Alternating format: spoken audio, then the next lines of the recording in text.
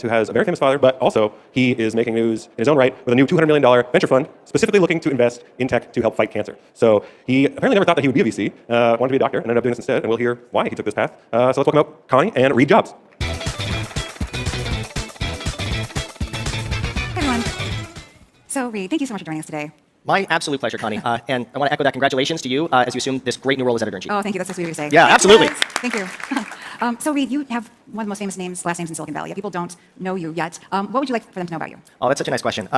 All I really care about in this world is making a huge difference for cancer patients. And what we really do at Yosemite and what I've wanted to do my entire life is to make cancer non-lethal in our lifetimes. If we can be a part of that, that is exactly what I want to do and what I would love to be known for. But ultimately, notoriety is really low on my list of priorities. What I really care about the most is being involved with amazing science, but especially making great companies and translating those into patients as soon as possible, because patients are the ultimate arbiters for how well we're doing. So patient difference is really what we're at. And so you have a specific plan to do that. So you took the wraps off of a venture fund last month, I guess, or yes, last month, a $200 million venture fund, and you run alongside it a donor advised fund. So tell me a little bit about what you have cooking there. So it's a structure that we actually have pioneered at Yosemite. So it's pretty unusual, and it's something that I'd love to get an opportunity to talk about because it's something that we're very excited to debut, but also something that we hope other people will eventually copy. So the way that it works is our venture fund is a very traditional venture fund, with one big exception, and that is that there's a percentage of the fund, it's small, it's only 2.5%, that goes into a donor advised fund, which is a type of nonprofit entity that one doesn't own, but that they can still direct. That capital is then earmarked for grants, which is far more akin to seed funding in the biotech ecosystem than it would be philanthropy in other areas. And the reason why we're doing this is we really piloted this at Emerson, and through partnering with the best researchers in the world on their best projects, we then can not only de-risk science that we then turn into companies, but we also get a network of the best KOLs in the world. And we've done this long enough that we've been lucky to support about 500 labs so far and have a really big footprint across the academic ecosystem. Those are connections and insights that we're going to be able to take with us as we make our investment decisions too. I want to pause though and just mention the way that we've structured this means that we have absolutely no IP or royalty rights to any of the grants that we do. I like to keep things really simple and really easy. And for me, that really means when we do a venture investment, we have to look at it on its merits of profitability and scalability. But when we do grants, we don't take any IP strings and we just do it as a pure philanthropic gift. That's great. And I'm just curious, when you're dealing with donor advised funds, do the donors have any say in how that money is distributed, or that's entirely up to you? That's entirely at our discretion. Okay. And so this is sort of analogous to what you were doing at Emerson Collective, your mother's philanthropic and business organization. So why did you feel compelled to start your own thing, Yosemite? Absolutely. So Emerson has had branches of it scale out in the public markets before. There's a group called Earthshot, which is a fantastic fund that works on the climate space, which similarly has now taken on external capital outside of Emerson. So for my team, it was a real natural evolution. I'll tell you, we're really proud to debut this model because it's something that other people can actually replicate. There's nothing here that's the province of cancer. You can absolutely do this for neurodegenerative diseases, for autoimmune diseases, and we hope other people will. And then finally, my team and I are all of a similar stage in our lives, and we wanted a little independence, and we wanted to have our own firm, and there's absolutely nothing wrong with that. That's great. I just wondered, this does kind of put you in the public spotlight maybe for the first time, and you've already said it's nothing that you're terribly interested in. I'm just wondering how that feels. It feels like a remarkable privilege and honor to be able to promote great science, great research, and really educate people on the fact that what we've done and seen in cancer outcomes in just the last 20 years is the very beginning of what is likely to happen over the next 20 years. And that is the optimization and really the dissemination of next-generation therapies, mostly immunotherapies, but gene-editing ones as well, to a broad range of diseases. So just to give you one small example, so I started working in cancer labs when my father got sick really as soon as I could. He was diagnosed when I was 12. I, at 15, started working in labs at Stanford. And at that point, what was really cutting edge was genomic sequencing. And I worked in a lab of colorectal cancer, and it was a type of that which was hereditary. And it was a terrible outcome. I mean, people would get colectomies at 35. It was almost a guaranteed prognosis of getting colon cancer in your lifetime. Really, really terrible. And we found the certain mutational signatures there, and basically it had a crazy load of mutations, like millions of mutations. These cells were so out of control. But from the beginning of immunotherapy, when it began to be tested in that, the difference between those cancer cells and the rest of your body is so stark that even today's immunotherapy works marvelously in that type of colon cancer. And in my lifetime, I've already seen one area go from just absolute, really, really poor prognosis to something now that is widely treatable and has a really great long-term survival rate. So that's one example, but it's very illustrative of what we're seeing now with just the first iteration of this technology. Optimizing things like immunotherapy, CAR T cells, it'll take quite a while. Biotech is much slower than tech, which is unfortunate, but we have to be really deliberate and safe. And as we get and optimize those to the rest of the market, we're really excited to bring them out to a lot of other indications. That's great. I'm just curious, Daryl mentioned that you never wanted to be a venture capitalist, and I know that you studied pre-med. Did you ever think about starting a company, or do you just feel like you can have much more impact doing what you're doing? Well, I think I can have a much more impact doing what I'm doing at this stage. Given the trends in the market and really in science, it's really outpacing what any one company is likely able to do. I also, just innately very competitive. And, my family, if you're going to start a company, it's got to be a hit. It's a tall bar, I'm sure, in the Jobs household. I wanted to ask, if you had taken any of your team with you. I just met one of your wonderful colleagues, Anna, who I know came from Thrive Capital. Yes, I'm proud to say that we brought actually the entire investment team from what was previously the Emerson Collective Health team into Yosemite. So our track record and experience, that's all carried over, which I'm very proud of. We didn't lose anybody. Okay, because I was wondering what would make sort of like a Yosemite company investment versus Emerson. But Emerson's not doing this at all anymore. That's correct. Emerson's no longer doing life science investing. They will still do some healthcare, tech investing, but on the life sciences side, that's really now through Yosemite. Okay, so cancer cures, broadly speaking, is what you're focused on. How do you think about your approach? I mean, how many different sort of baskets are you looking at, and what is your priority here? Well, again, we like to say we want to make cancer non-lethal. We're wary of the word cure. It's been abused in this industry a lot, and we really want to be very very cautious about what we're going to be promising that we can deliver here. But ultimately, I'd say the three areas we really focus on are early detection, which is so critical. I mean, every cancer we have a way to detect it early, you have a commensurate low mortality. And right now we have some great ones like PSA, mammograms, colonoscopies. Those are work quite well. But for the rest of cancers, it's really, really a crapshoot. And more often than not, things are caught when they're late and they're metastatic and they're far more dangerous. So things like liquid biopsies and actually a lot of AI in scans like MRIs and PTs have become really, really precise at picking up early cancer markers. We're still in the early days of the liquid biopsy space, but that's an area that is going to be increasingly important for catching things early. And once you do that, you just have far more options. So that's one vertical that we've been incredibly devoted for quite a long time. The second one is something I mentioned earlier, which is immunotherapy. Ultimately, your body is the best defense mechanism that you have. Your body's so amazing. I'm always just in awe of it. And we've evolved for millions of years to combat infections and to combat cancer. All of us right now sitting in this audience have cells that are likely precancerous. And the reason why they don't advance is because 99.9% of the time your body's immune system can recognize it and eliminate it. And optimizing those basic functions of your immune system are the core of the immunotherapy technologies that we have today. So getting those to where they are going to be is a huge area of ours. It's an imperfect analogy, but it's a little bit akin to, say, software in the early 80s, where it's still the province of those who really are a little bit geekier. Right. And it's not really quite disseminated yet, but you can see the potential where it's going. And I would say the last area that we're focused on quite a lot is digital health, which is really a little bit more on the tech side of things. This is enabling services for clinical trial optimization, for care in the home, really to get patients what they need when they're in a clinical care setting, but also to try to help optimize the entire clinical trial system, which is wildly inefficient and runs on paper. It is still in the analog world. It's kind of amazing. If you've ever been to a hospital lately, and I certainly hope you haven't, but it's kind of stunning. It's sort of like a time machine. You go back to the late 80s, and it's something that we just find completely unacceptable because the cost of patients are just too great. Sure. I mean, everything about the hospital system is so anachronistic. It is just, gobsmacking. But what are you maybe seeing that it gives you hope about, regarding the democratization of clinical trials? I feel like I've been hearing about this for years. Obviously, we heard a little bit more about it during COVID. But what are there any companies in particular that you're excited about, or software systems that you think are actually making an impact? Oh, totally. Okay, absolutely. 3% of cancer patients are in clinical trials. I just want to start that statistic, which is really low, really low. And the reasons for this are quite interesting. Right now, most trials happen at major academic hospitals. If you're a big pharmaceutical company, that's where you go to recruit. And patient recruitment is by far the most costly and most time-intensive part of that whole process. Now, the good news is there's a law passed a while ago that says that you cannot really pay people to be in your trials, which is great, because that could be abused quite easily if you had to get financially induced to be in a trial. Right. Thank goodness that's not the case. However, that's actually tilted a bit too much, because now it's really difficult for people to get reimbursed for things like transportation, housing, and work. Yeah. And when you're a patient, those can often be prohibitive costs. So what we've seen is the data we get is often really wealthy people who are Caucasian. And as we all know, that's a very narrow data set. Right. So what's happened, and COVID's been the key accelerant for this, is when COVID hit, cancer patients especially can't go to hospitals because they're full of COVID patients and they're immunosuppressed and they're very vulnerable. So trials got decentralized out into the private physician offices. And this made it so much more accessible. We've seen a massive uptick in participation. There's two really good companies right now that are doing this, Medable and Section 32, but there's quite a lot more that are taking it even further. And that's actually care in the home, which is great for some places, and all types of other interesting new technologies to really bring us not into academic centers, but really meeting us where we are. That's great. I do wonder on that front if, because of what happened during COVID, there have been challenges just in terms of trust in science, and even if clinical trials are being made available, people who should be partaking them are partaking them. I'm sure you don't have a silver bullet here, but I'm just wondering how much you think what went on set us back, if at all. I think it's a big deal. Trust in science, they've been pulling this for about 50 years. It's not an all-time low, but it's close. And it is totally unacceptable to us that that's actually happening, particularly at this moment when we're actually seeing some efficacy finally in the cancer vaccine space. Of course, vaccines have really been lambasted by some folks who find them very unsafe. It's been a long-term goal to actually get your immune system to recognize cancer preemptively, like it would for an infectious disease, which is of course why you get vaccines.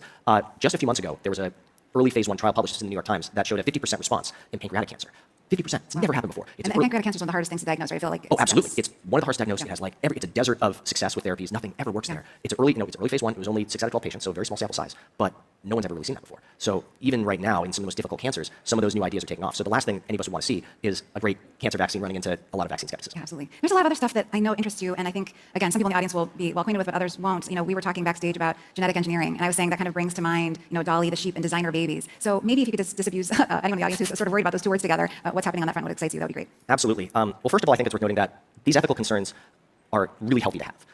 One of the key pioneers, Jennifer Doudna, who's right next door in Berkeley, has been really on the front lines of suggesting that we need to be doing research here with a lot of oversight, a lot of caution, and a lot of deliberation. And I could not agree more, and she's the most qualified person in the world to think so.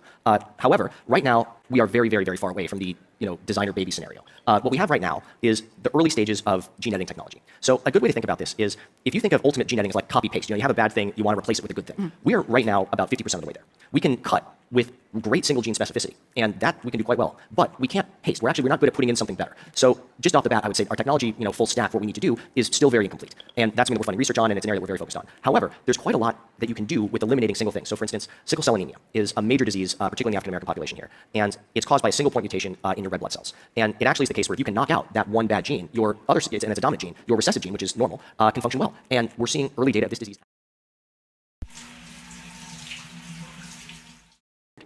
truly cured with a single gene knockout. So right now there's several diseases that are, they're called autosomal dominant, where it's one bad copy. Huntington's disease, which is a horrible neurodegenerative disease. Sickle cell is a great example as well. These things can be really knocked out with just single gene specificity, and we're already starting to see some of that. So those are the areas where we get really excited, and right now that's probably the limits of what we can do right now in humans. Okay, great. Well, that sounds significant. What about epigenetic engineering? That's another thing that came up in our call, and I was like, Reed, explain it to me. Tell me what's so exciting there, and maybe what you're funding. I'd love to. It's actually one of the areas that we're the most excited about. So if you think about epigenetics, a good way to kind of mentally model it is every cell in your body has the same DNA, right? But clearly, your liver is significantly different than your skin.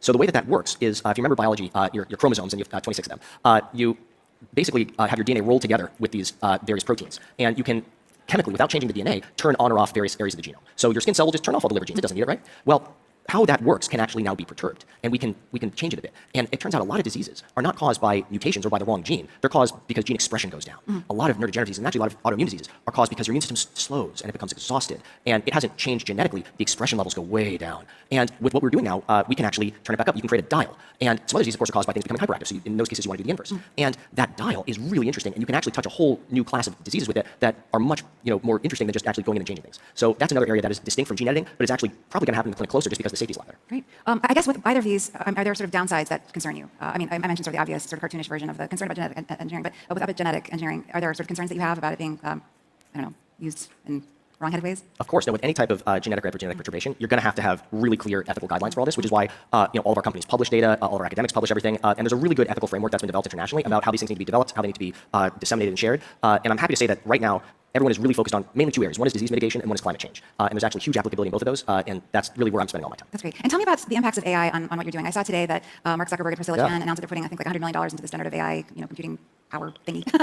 And I'm just wondering if that's something that you've talked to them about or following, and just generally speaking, what you expect the implications are here. Sure. So Steve Quake, who's the scientific director of the Chan Zuckerberg Initiative, is someone who I interact with quite a bit professionally, absolute rock star, and his predecessor was as well. So they have some great people there. What they have done is actually, in the last 10 years with building what they call a cell atlas at different universities, is the perfect data set to actually put AI on top of. So just to answer your first question, what are we seeing with AI right now? It's pretty remarkable. What we're seeing is AI is making scientists significantly more productive by accelerating research, and it's also probably going to be accompanying them as they come up with different theses. So I'd say the two mechanisms of that is first, what we're seeing is a lot of great modeling, and this is what CCI has been working on, modeling protein folding, modeling genetic engineering, and doing that in actually a real 360 cell is going to accelerate development tremendously. It's hard to put a number on it, but it's a huge shift. And the second version, though, is really looking through all the scientific literature that's been published. I mean, when you're in medical school, part of your job is to try to absorb all the scientific literature that has ever really been made available, which is pretty impossible to do for a single person. And now what we're seeing is once that is actually filtered through a lot of really good next-gen AI algorithms, that is actually yielding insights that are getting to be pretty close to as good as what humans can do. And if you extrapolate out a few years, it'll probably be something that'll accompany researchers. Terrific. I just wanted to ask you, so you've been doing this for 5, 7 years longer, possibly. What is the most impactful investment that you've made to date? Oh, great question.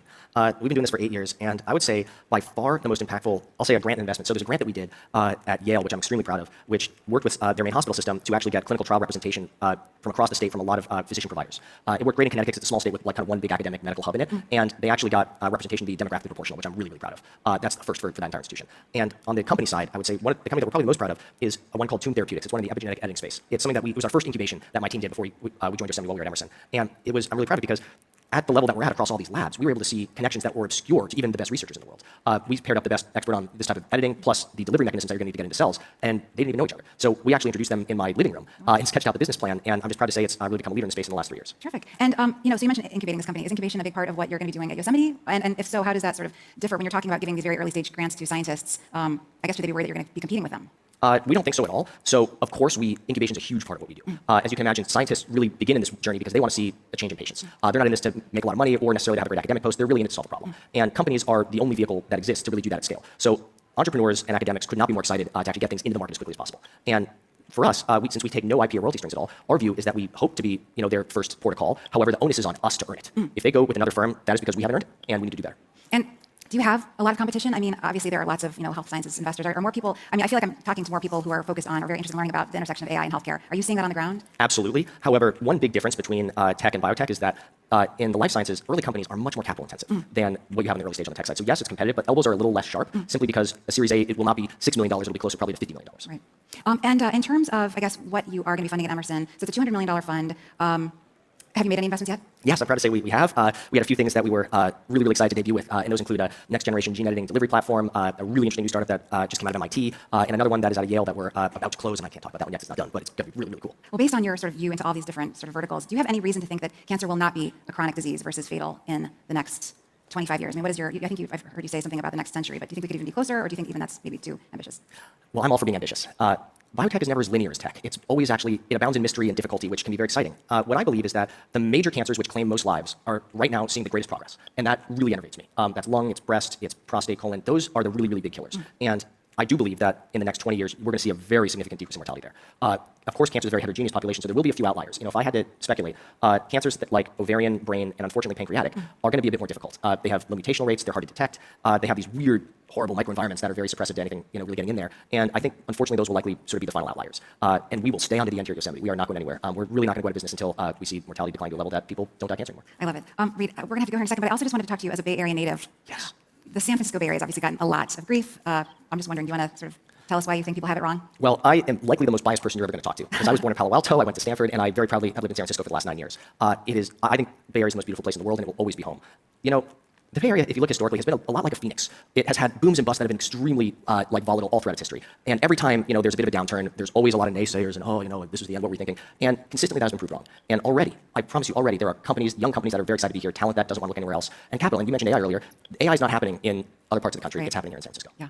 No, it's exciting, and you can just see the energy. I mean, obviously at this show, but elsewhere, I mean, the restaurants are buzzing, people are out on the streets, and it feels like the city has really come back. I mean, obviously we have problems to overcome, but... That's exactly right. Well, I see we're at time. I actually just want to end by thanking you for putting on such a wonderful inaugural event. Oh, thanks. It's amazing. Thank you so much. And thank you all.